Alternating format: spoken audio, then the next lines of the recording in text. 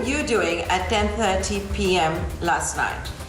A lot of us were, of course, watching Tim Cook and Apple's launch of the iPhone 12, as well as the new speaker that Apple has unveiled.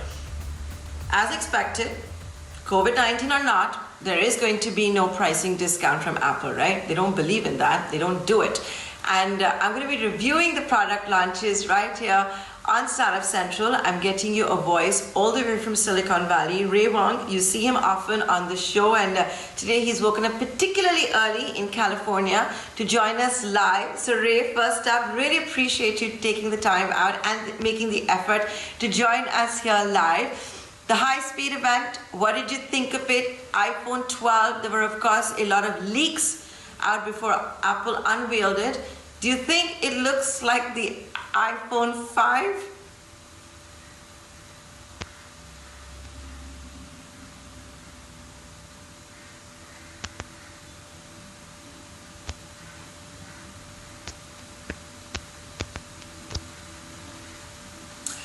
We're just having some technical difficulty in reconnecting with Ray. But of course, at the high-speed event that had been 10:30 p.m. yesterday, you saw Tim Cook of Apple and the entire team actually launch the new product. The much anticipated iPhone 12 is here, ladies and gentlemen. It is going to be 5G enabled. In fact, the Indian website of Apple, the official Apple online store, has also announced the various products, as well as, of course, the pricing scheme. You'll get a 34,000 rupee off if you do decide to trade in your old smartphone. I've got Ray Wang from Silicon Valley back with us. Ray, I was just thanking you for waking up earlier than usual, maybe, to be live here at 6 p.m. Indian Standard Time. My first question to you is, the iPhone 12, yes, it's going to be 5G enabled. 5G, which we still don't have.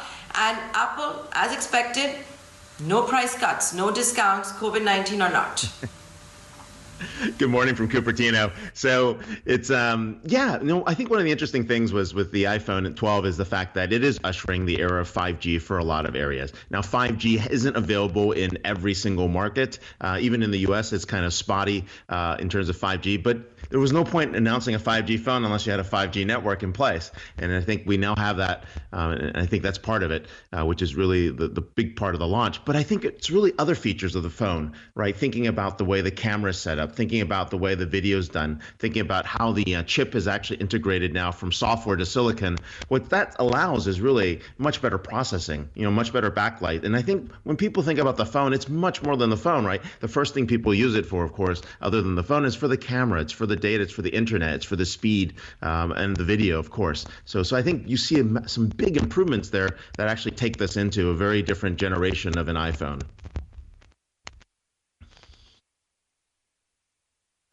You don't think it looks like the iPhone 5?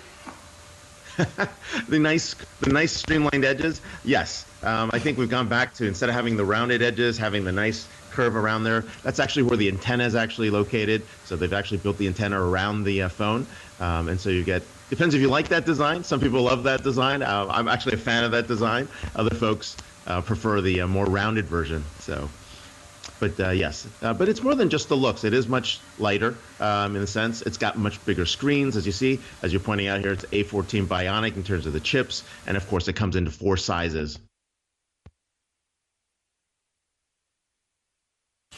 Okay, now one thing I gotta ask you, you're not seeing prices come down, even though Apple says, hey, let's worry about the environment, let's worry about carbon emissions. So the iPhone 12 is not going to come with a new charger, it's not going to come with a headphone. You buy that separately or you use your old ones. But my question, Ray, is why am I not then seeing that price come down? Well, what they've done is they've kept the prices the same in terms of a pricing and packaging perspective. And what that means is, without the headsets and without the charging cable, they've been able to hold their pricing. So there's a lot more that goes into this phone too, as well, given the fact that the camera is much better, as we talked about. You're getting IP68 on the iPhone 12 Pro Max. Plus, you're also getting the ability to get LiDAR and LiDAR detection for augmented reality and virtual reality. So while the prices have not looked like they've gone up from the actual pricing, you do miss out without the earbuds and the power adapter. So that's one of the things that if customers don't have one, they will have to purchase new headsets or new charging cables for the charging adapter, actually, not just the charging cable. Now, of course, in India, this is an Android market. It enjoys almost a 97% market share. You have heard about Apple trying to make big inroads into India. It's looking to, have contract manufacturing. It started an online Apple store in India. It's one of the world's largest markets, right? But, as someone who tracks Apple very closely, does it have specific geographical strategies? Right now, it doesn't seem to.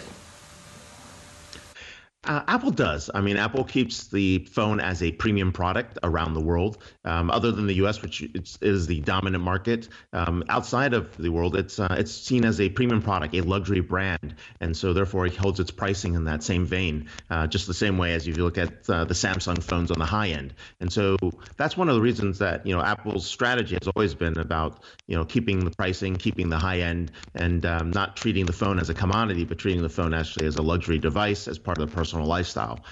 That being said, for India to reach the market, if the goal was to actually go after massive market share, this isn't necessary. The pricing would have to come down much more to be able to do that. But that's not the goal. The goal is to actually, maintain its lead as a luxury product, maintain its lead as a smartphone that's actually serving, more of the higher end segments than anything else.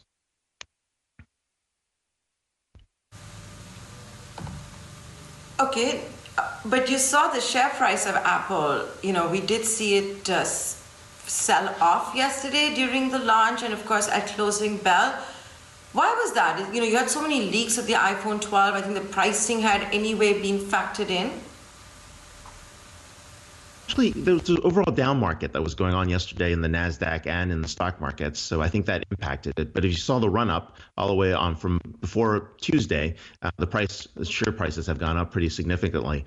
What should be noted is that we're in the middle of a super cycle, and a super cycle of upgrades. So there's anywhere between 350 to 370 million iPhones that are going to be upgraded over the next 2 years, and that's actually a pretty big number.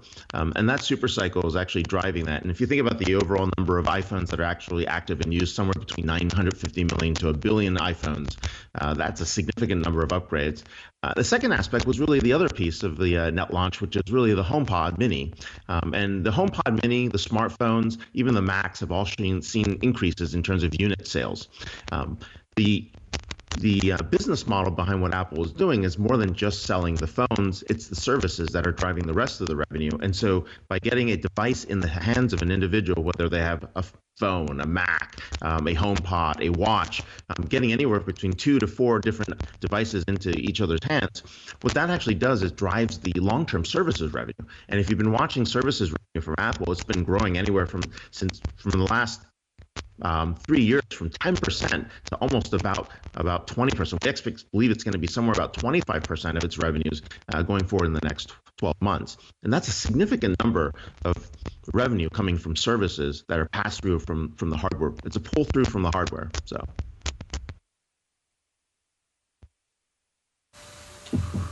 I want to speak to you more about the Mini, the Home Mini Pad, and the entry by Apple in this space.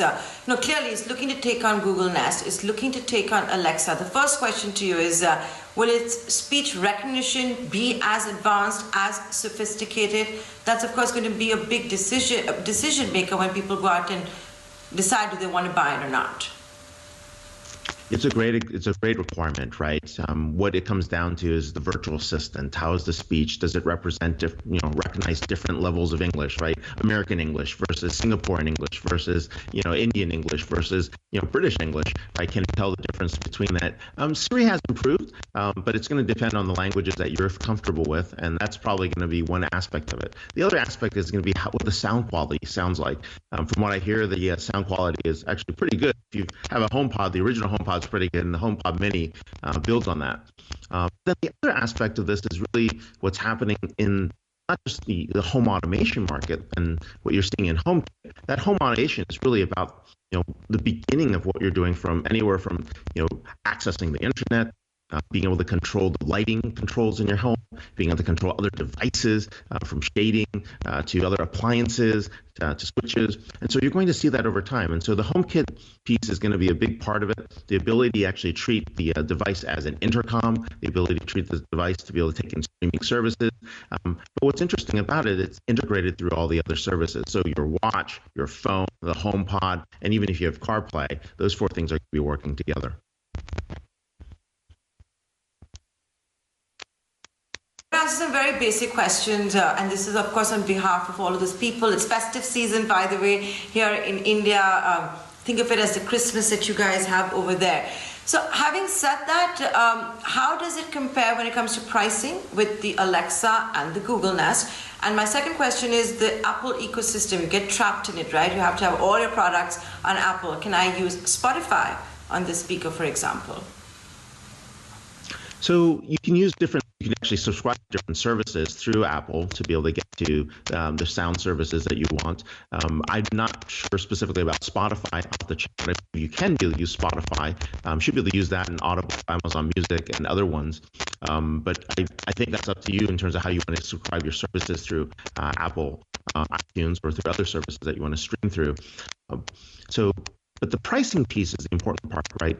One of the biggest growth areas, I mean, this is a $34 billion market in smart speakers. And this is a market where Apple's actually an underdog in this fight. So you've got, Amazon, of course, ahead. You've got other Chinese players ahead. You've got Google ahead in this space. And so this is an area where people are going to go, this is the smart virtual assistant area is the area where Apple does really well. The smart speaker is the area that's actually growing. And you actually see the home automation piece coming into this. And so what we're going to see over time is that Apple, Google, and Amazon are going to compete, but the biggest market was really the entry on price. Prices below $100 or prices, at that price point is really where people are entering the smart speaker market. And that's one of the things that was different because the HomePod was priced probably as a luxury good. Now as we're going into the entry point, this is one of those things that you'll see as more as gifts as people give people HomePod Mini as opposed to like the big HomePod as well. But what's interesting about the HomePod Mini is you can see that being used in multiple rooms. You can see people doing that for multiple devices, connecting them in office parts and office spaces, really to be able to create that seamless home automation environment.